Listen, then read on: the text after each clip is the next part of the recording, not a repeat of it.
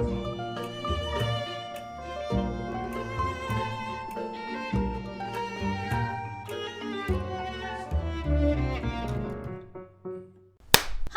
you're watching Dog-Eared Musings, and I'm Monika, and today we're doing a book review of the book We Spread by Iain Reid, not Lane Reid. I think it's Lane Reid. No? No, it's Iain Reid. What? As my sister called him in our latest video where we talked about this book. We discussed this cover's attributes, and we also talked a little bit about who Iain Reid is. But today, we'll do that a little bit more. So who is Iain Reid? His biography is pretty short. If you look at any of the publishing websites, he stays a little secretive. But apparently, Iain Reid is a journalist, and he's also written 2 memoirs as well as a couple of books, 2 of which have already become and are in the process of becoming movies. We Spread is his most recent novel that came out in 2021. It follows a elderly woman named Penny who is sent off to a assisted living home called 6 Acres. And this home at first seems like the perfect place. She's eating amazing meals. She's getting to meet people who are her new friends. She's listening to music. She's starting to paint again. And then things start to feel weird. And Penny isn't sure that she's actually in the place that she's supposed to be. And if the people who are actually supposed to be caring for her are actually caring for her. So what are the cons of this book? Starting off, just thinking about the typing of this book, you'll notice that this book is written in chunks. A stylistic choice that Reid makes to kind of talk about the character's loss of focus, which is actually mentioned quite a bit throughout the book. And it kind of puts the reader in that same kind of position where you're finding yourself sometimes losing focus or losing place of where you were before. Now, the reason why I mentioned this as a con is because at first this is a tactic that you really need to get used to. But then towards the end of the book, as you're getting more used to it, it actually is a really interesting stylistic choice that Reid has implemented throughout the book. One thing that I wanted a little bit more from the book was a little bit more of well-rounded characters. I felt like Penny as well as the side characters in the book weren't as fleshed out as I was hoping they would be. Now again, part of this was a stylistic choice that Reid did through his writing. He really wrote in prose that were sparse, which at times were really helpful and kind of creating that like unreliable narrator, eerie tone, which worked. But by the end of the book, I wasn't really connecting with the characters as much as I was hoping because of how these characters weren't as fleshed out as I was hoping they would be by the end of the book.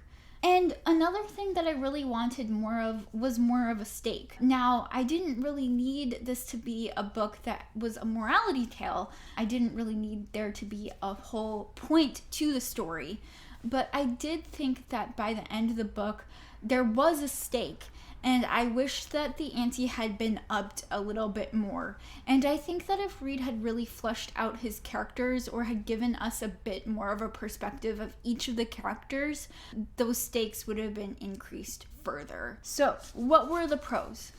I thought that Reid did a really good job creating a world that just felt really realistic, but also slightly off. I could really imagine myself in 6 Acres with this group of people sitting at the dining table.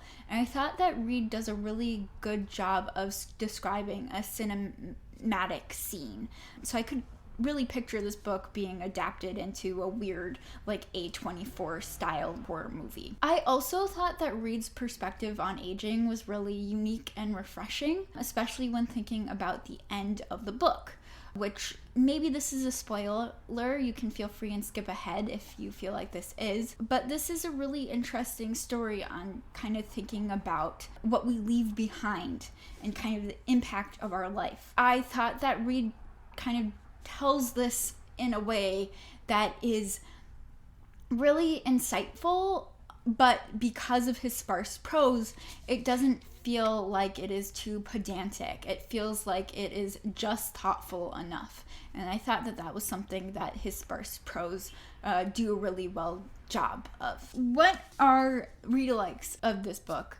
One example that I put down is Rebecca. This is a book written by Daphne du Maurier that follows a young woman who meets a dude and gets engaged to him and married, and within a week or less than a week of knowing him, and she moves off into this fancy estate, and then she finds out things aren't exactly how they seem. And this is kind of a very similar plot where things are not exactly where they seem, and you're kind of along for the ride with the main character, seeing the world through their eyes and really wondering what the twist is at the end that like turns their utopia into a horror nightmare. Another book that is in a completely different genre and like just emotional escape than Rebecca or We Spread, but kind of has the same message and theme, is the book A Psalm for the Wilder-Built and A Prayer for the Crown-Shy. Now you're probably thinking, Monika, why are you picking these cozy futuristic books? Well, I'm picking these books because the main message of the duology?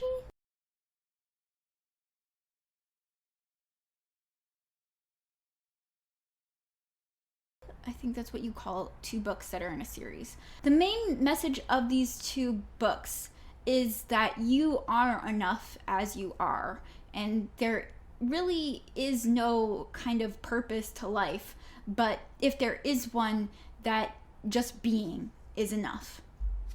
And if there is any message that is kind of the main message of We Spread, I would have to say that that is the main message of this book. But it's told in a very uncozy, uncomfortable, kind of eerie way.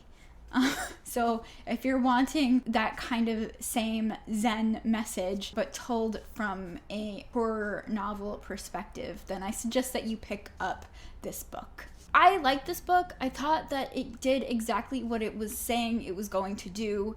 Was it my favorite book? I don't think so. But if you're looking for something that kind of is talking about aging in a very different way, in kind of a nuanced way, in a way that feels unsettling and a little jarring, then I recommend that you pick this book up. That's been it for this week. I'm Monika, and you've been watching Dog-Eared Musings. Happy reading.